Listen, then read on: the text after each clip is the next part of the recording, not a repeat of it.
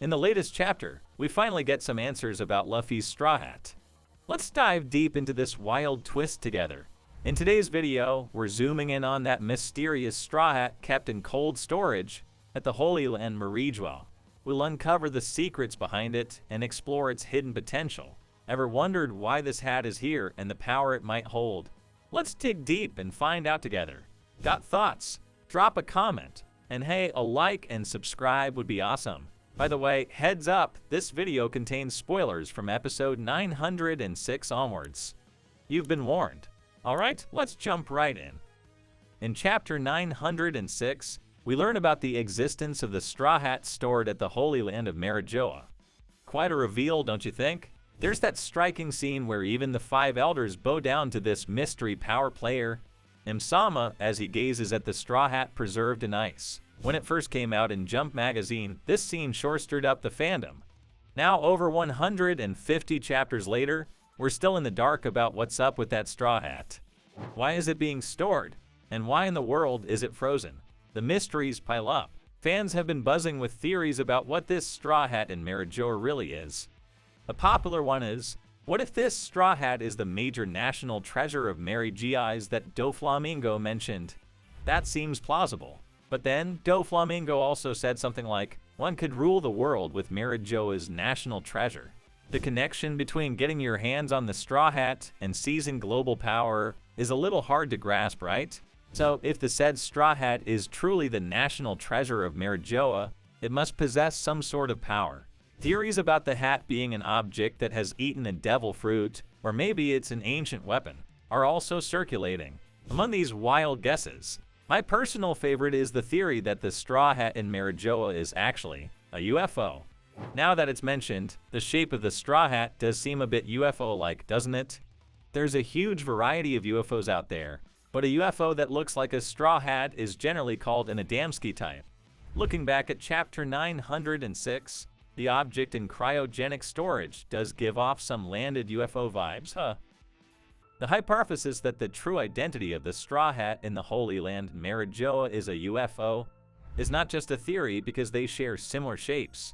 The foundation for this theory relies on the ancient lunar mural. Before discussing this mural, let's briefly explain Enel's space operations. Enel's space operations is a cover story that depicts what happened to Enel after he headed to the moon on the Ark Maxim. To get straight to the point, Enel successfully arrived on the moon, where he also fought against mysterious creatures called space pirates. After easily defeating the space pirates, Enel discovered ancient ruins in the lunar subterranean space. These ruins were of a scientific city called Burka that once existed. There was no one left because the inhabitants had already migrated to the Blue Star. The Blue Star refers to the planet where Luffy and his friends live, and the ancient lunar people are thought to be the ancestors of the Lunaria tribe. In the mural discovered by Enel within the ruins, the scene of the ancient people migrating to the Blue Star is depicted. In the mural, the ancient people are riding in a vessel that looks like a round-bottomed ship. At first glance, it appears to be similar to the Ark Maxim that Enel rode on. However, if you turn the problematic mural 180 degrees, the vessel turns into the exact shape of a straw hat. The brim is drawn, and you can see that the band of the hat is also wrapped in the correct position. It doesn't seem like a coincidence that the spaceship used by the ancient people for interstellar migration looks exactly like a straw hat. What is kept in the Holy Land of Marijua might be one of the UFOs used by the ancient people. If it is filled with lost technology, it would explain why it is carefully stored.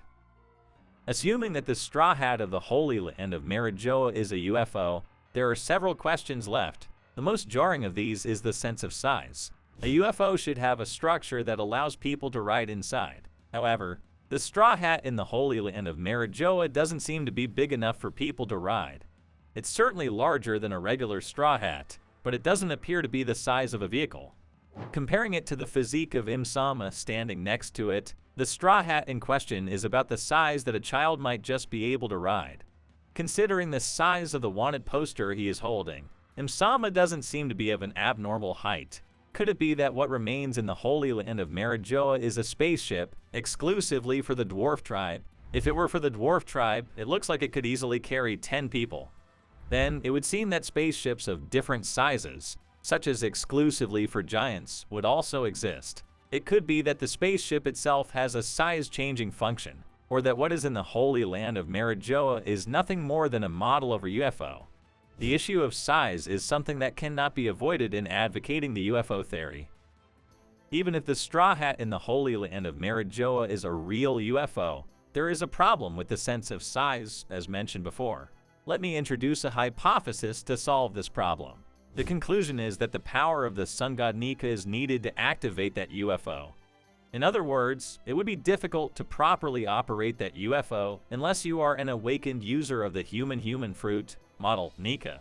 Let's first recall the ability of the human fruit model Nika. As you can tell from the fact that Luffy has been mistaken for a gum fruit ability user, for many years, the body of the sun god Nika has the properties of rubber. Therefore, Luffy can give rubber properties to his surroundings other than himself through the awakening of his abilities.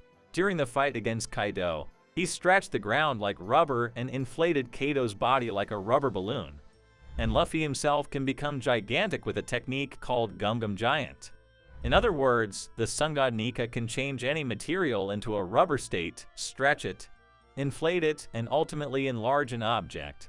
If this power is applied, wouldn't it be possible to inflate the UFO in the Holy Land of Marijoa like a balloon? The UFO is designed to be inflated with the power of the sun god Nika, which is why it is in such a small state now. Then, why did the ancient people design a small UFO that can't be used without the power of the sun god Nika? The reason is straightforward: resource shortage. The mural discovered by Enel recorded that the ancient people migrated to the Blue Star due to a resource shortage. The UFO probably required special materials to make. Enel gathered gold to build the Arc Maxim. Considering this, there might have been a limit to the number of UFOs that could be made due to the small amount of gold on the moon. So, the ancient people mass-produced small UFOs that could be made with a small amount of resources. If there is a user of the sun god Nika, the size can be adjusted. Therefore, it might be true that they mass-produced small UFOs and moved all the inhabitants of the moon to the Blue Star. That's all for today. This channel posts summaries, explanations, and ranking videos related to One Piece. If you like One Piece, we would be happy if you could support us by subscribing to our channel and commenting. Thank you for watching till the end. See you in the next video.